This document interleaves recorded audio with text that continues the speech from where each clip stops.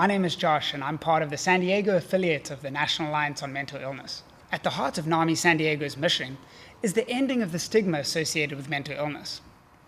Today, I'm here to talk with you about mental health myths, facts, and the shape of recovery. If my lived experience were a book, the title would be That Feeling of Falling as You're Waking Up. Normally, you get this when you're going to sleep. But as you're going to see, there are a lot of things about this reality that are inversed, that are seemingly paradoxical, in this shared experience called life that we live in.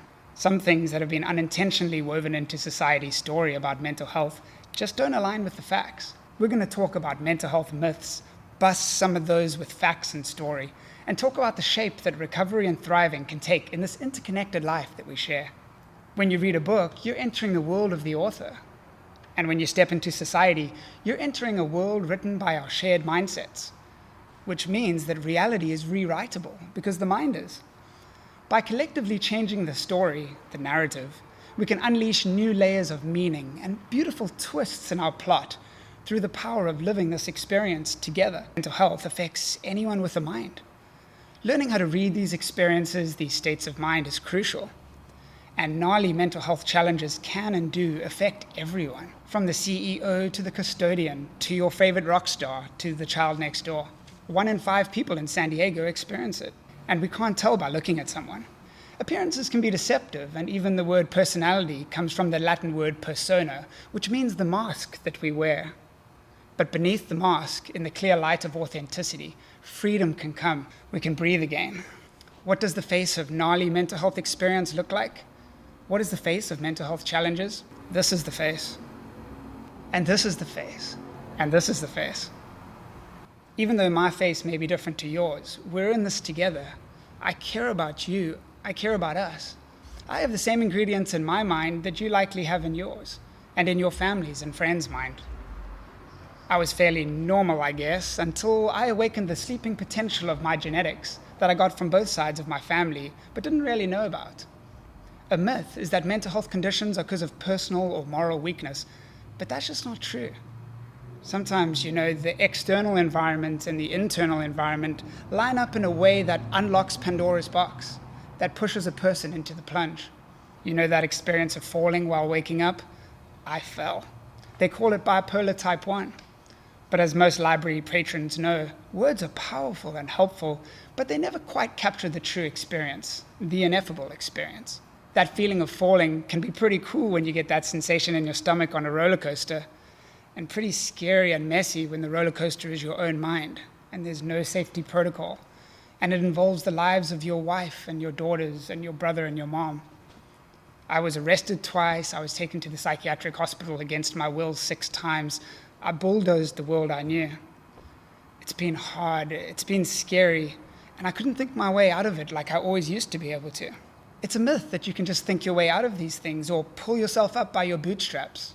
In my depression, I would desperately run around the park till I was sweating because I heard exercise was so good, and pull out every trick in the book, but it was bigger than that. Another myth is that mental health conditions are only biological, or only psychological, or only spiritual and moral. I believe that the reality is that we are biopsychosocial spiritual beings, and that thriving involves enriching each one of these aspects. At one point in my mania, I was in a world in my mind where time stopped, and I was tasting of an alternating reality in both heaven and hell. It felt like eternity in either. We think heaven and hell is somewhere else. I think it's here. Heaven and hell are a state of mind, a story that we can write for ourselves and for each other. And our collective decisions move the river of time closer to either of these destinations. And you know what's been a powerful compass for me in taking these direction changes? Hope. As a matter of fact, that was the only thing left inside Pandora's box. Hope. And it's in abundance. A myth is that you can't live a rich and fulfilling life as well as manage a mental health condition. And the fact is, this is just not true. I've found more meaning, purpose, and happiness now than ever before. The myth is that mental health diagnoses are lifelong sentences of disability. The fact is that it's sometimes when we are weak that we are strong, where those that society considers the least of these are actually sleeping giants. Do you know who had a mental health condition and woke up? Abraham Lincoln, Beethoven, Lady Gaga, DMX, JP Morgan, Kurt Cobain, Mel Gibson, Charles Dickens, and Isaac Newton. And about Isaac Newton, genius, right? On to some big things. But here's another myth that affects the world of mental health on a systemic level: that Newtonian science understands reality completely. It sure helps, as do words. But our story is mysterious. And there are frequencies beyond the auditory and visual spectrum that can paint our worlds in unrecognized color. This has been a huge part of the hope in my recovery. Connecting with others who can see this light, and turning that light into color and illumination. Sharing the rich and multifaceted library of lived experience with each other. So to me, recovery doesn't mean a return to the previous way of life. Remember, Pandora's box couldn't be shut, and the walls that the bulldozer knocked over led to a reconstruction, a metamorphosis that's more than the sum of its parts. My life now is better than it ever was before this plot twist of bipolar. If you guys or someone you love go through one of these gnarly experiences, just know that you're not alone. A myth can be that you feel isolated and empty and alone, and the truth is that you're not. There's a community of color who would love to come alongside you as you take these steps. If we replace the I in mental illness with a we, mental illness becomes wellness.